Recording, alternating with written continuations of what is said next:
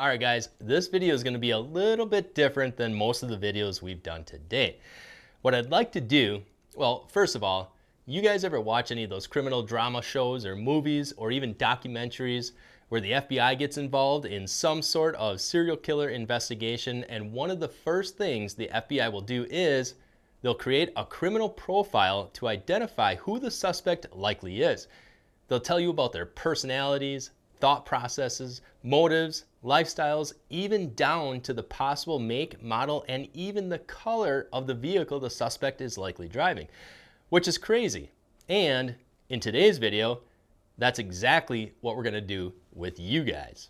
Now, I'm not talking about creating a criminal profile on anybody, but what I wanna do is break down the different profiles for the 5 types of off-roaders: Jeepers, Overlanders, rock crawlers, mudders, and competitive racers. And when we're all done, you guys can tell me if I was spot on and nailed it, or if I missed the mark completely, and by how much. All right, guys, I'm gonna start with the obvious one, and that is our Jeepers. Now, these are your extroverts, life of the party type of people who just enjoy being around other like-minded people. The car show mentality, I'll call it, but for the off-road. Often found riding in large groups consisting of, you guessed it, other Jeepers, while their extrovert personality shines every time they come across another Jeeper coming towards them with what is known in the Jeep community as the Jeep wave, a symbol of understanding and appreciation for the fellow Jeep enthusiast. But it doesn't just stop there. If there's a Jeep parked within several hundred yards of any type of facility, the other Jeeper will park next to their fellow Jeeper, even if it means drudging through a foot of snow for several hundred yards up hills both ways just to show off their Jeep loyalty, which is exactly what this group is: loyal. They are loyal to the Jeep brand itself and loyal to their Jeep brothers and sisters.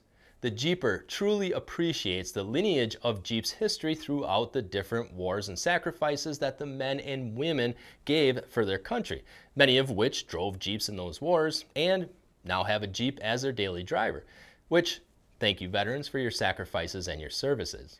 Jeepers also love to customize just about everything there is to customize on their Jeeps, an extension of their personality per se. And although a Jeeper loves showing off their Jeeps and will talk about their Jeep and every single modification they've done to it since the first day of ownership, it isn't just about showing it off, but also modifying it to be an even better than factory built off-road machine.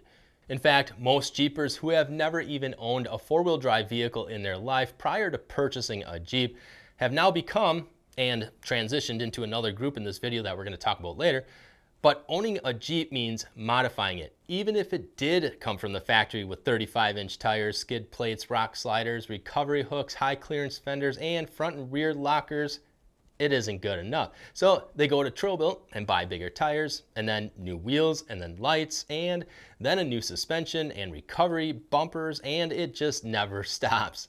Until, well, maybe a second divorce or a couple of bankruptcies, and even then I'm not even sure the Jeep addiction would stop.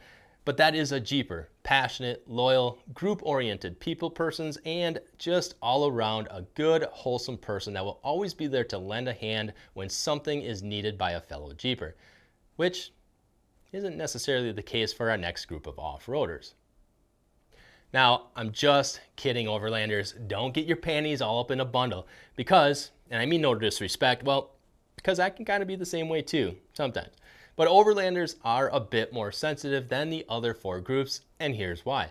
See, Overlanders are the explorers, the adventurous, free-spirited, gypsy, vagabond types who are often more rebellious against anyone who tries to stop them from chasing their dreams, because they know what they want out of life. Most typically a Toyota owner, but it's not so much the type of vehicle as it is the reliability and durability of the vehicle, which is why it's most commonly a Toyota. But these can be Sprinter vans or Subarus or pretty much anything else. Overlanders are your entrepreneurs, creatives, artists, and mostly introverts. Independent from standard societal rules, this group is most in tune with who they are as a person, and it's not that they don't value the dollar, it's that they value the most important thing in life, something that you can never get back if it's lost, and that is your time. An Overlander has more appreciation of this world and what nature has to offer than any other group. That's why they always have a camera in their hand to capture the world's beauty so they can hold on to that time in a video or a picture. And contrary to what most people believe, it's not just because they want to get famous on a social media platform. It's so that they can feel great about sharing this world with others who have yet to get out and explore. An overlander is a perfectionist at heart, loves building and creating things, and it truly is aiming at living out a childhood Huckleberry Finn dream of escaping the concrete jungle and corporate strongholds of this world we live in today to seek out their own adventures far away from others as possible, while being completely self-sufficient as much as possible in the worthwhile goal of experiencing the beauty of the journey and not so much the destination, and they'll be damned if anyone tries to convince them otherwise. Now, remember when I said earlier how the Jeep modifications never end? Well, that's how this next group became what they are.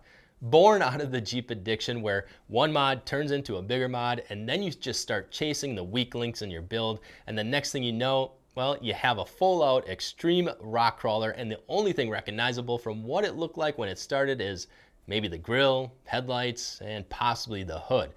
Other than that, every other part has been modified to hold up to just about any type of abuse you can possibly put it through, and to be able to make it through or over just about any type of obstacle there is out there. Basically, the once mild trail Jeep has morphed into coilover to 1-ton, high-pinioned, low-geared, locked, linked, high-clearance, fully DOM-tubed, big-tired, rock-eating buggy. So then, what type of individual would own one of these things? Well, not too much unlike the Jeeper, but way more committed to the cause. Born without something that almost every single one of us has, and that's called regrets. No regrets. A rock crawler doesn't have any. They just don't give a or they'll have deep pockets. See, for myself, I bought a little something about a month ago, and I still can't give you guys all the details yet, but it starts with a J and ends with an E. But it cost me $1,000, and I'm still experiencing buyer's remorse from that a month later. A rock crawler, on the other hand, will spend 20 times that amount. That's 20 grand for the next group that we're about to profile.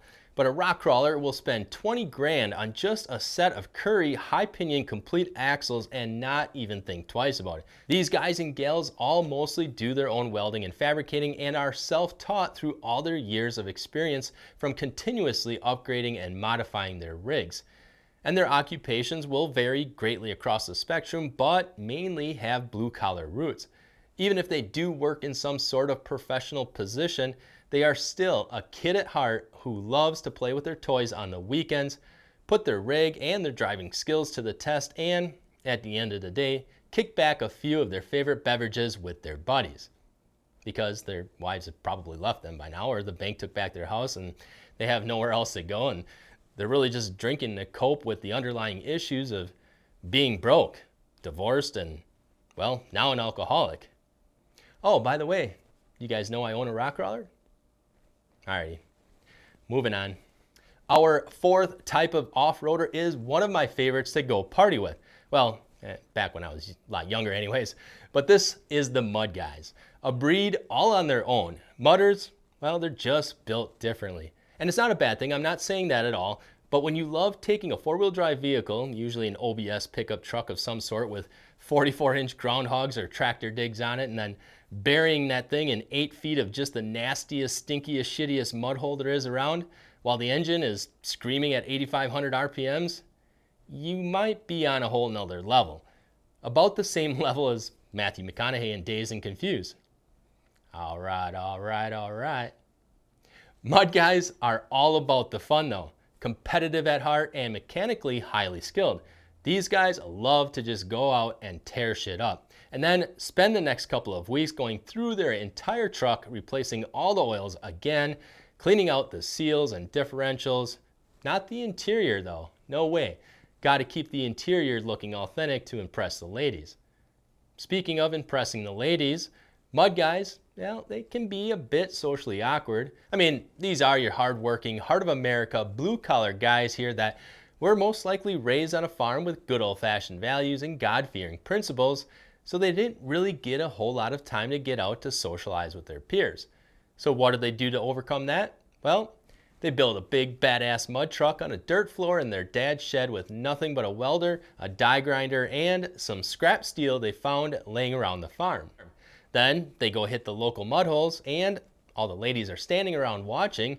And at the end of the day, if you're the guy with the most badass mud truck who made it through all the mud holes without getting stuck or breaking down, well then, that's kind of like a mating call out to the ladies. I mean, it's just nature, right? Instinctually, women are just naturally attracted to a strong protector type who can provide for their family.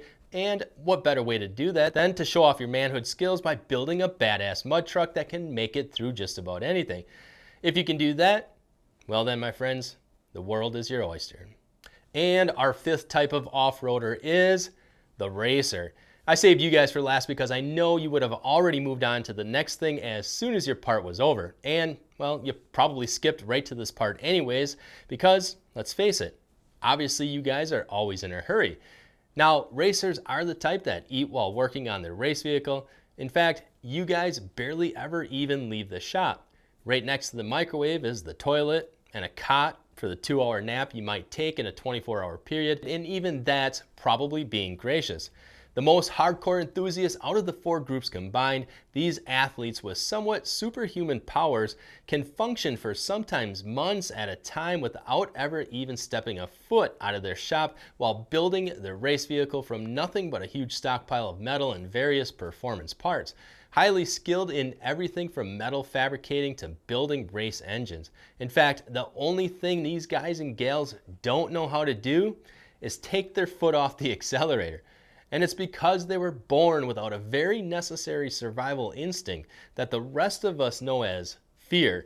These guys just don't have any. They also don't have an off switch either.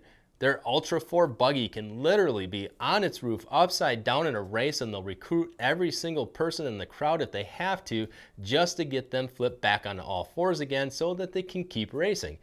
I saw this with my own eyes personally at King of the Hammers in 2020 when Josh Blyer flipped over on his lid in the last lap of the race, which he was in the lead for. And the KOH support crew got him righted in no time, and without even his co-pilot jumping back in, Josh went on to win that race and was crowned the King of the Hammers in 2020. That was pretty awesome. Now, if that doesn't tell you the type of person a racer is, well, I don't think anything else will. All right, guys. Well, there are my interpretations of the 5 types of different, but really not all that different types of off-roaders. And guys, obviously we all have a lot in common as off-road enthusiasts. We love building our 4-wheel drives for the next adventure, whatever that may be. So make sure and check out our website at TrailBuilt Off-Road by clicking the link in the description to upgrade your build with a new set of wheels and tires, a suspension lift, or even a bunch of cool accessories. Also, don't forget to click that subscribe and that thumbs up button before you head over there. And guys, also don't forget to let me know in the comments if I missed anything or if there's other interpretations on different types of off-roaders. Just let us know in the comments below. As always, guys, we appreciate all of you for watching and all of your support. I'm Josh from TrailBuilt, and we'll see you guys out on the trail.